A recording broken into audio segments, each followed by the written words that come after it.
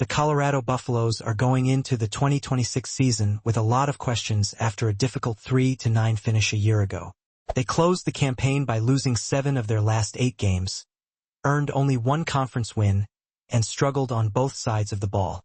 After the disappointing finish, head coach Deion Sanders publicly accepted the blame for Colorado's struggles. However, former NFL MVP Cam Newton believes the pressure is only increasing on Coach Prime. Speaking on his 4th&1 podcast, Newton warned that Sanders cannot afford another losing season. He keeps playing how he's playing, losing how he's losing. He's not going to be in next year's game, EA Sports College Football 27, either. Newton said while questioning the coach's long-term future.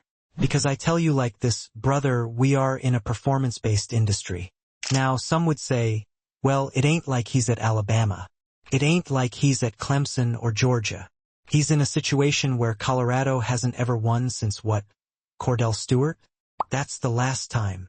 Colorado hasn't won a national championship since 1990, the season before Stewart arrived, though it did capture the 2001 Big 12 title after his departure. Be the GM of your favorite team.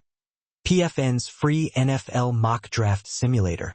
Then, in 2023, Sanders inherited one of college football's toughest rebuilding jobs.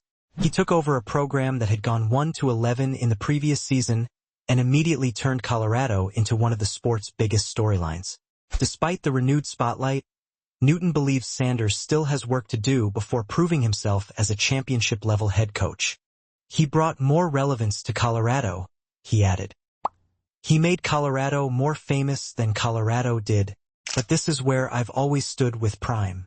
I don't think Deion Primetime Sanders is in the best situation as a head coach. Redraft the entire NFL. PFN's free NFL Ultimate Redraft Simulator. And if you look at the last season, the situation only gets complicated. The Buffaloes never found steady quarterback play, while their run defense ranked number 133 out of 134 FBS teams. The offense struggled badly, and OC Pat Shurmur was stripped of play-calling duties in early November after the Utah loss, with tight ends coach Brett Bartolone taking over.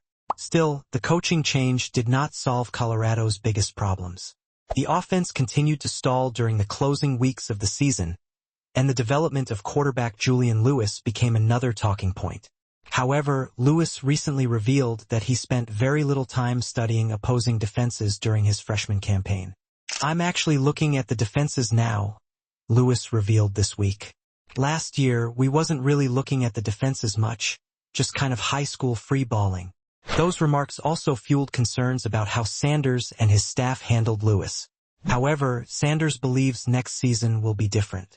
He reshaped the roster by adding 66 new players and hired new offensive and defensive coordinators to change the program's direction. Now the margin of error is very small, and only victories will determine whether they truly moved the program forward.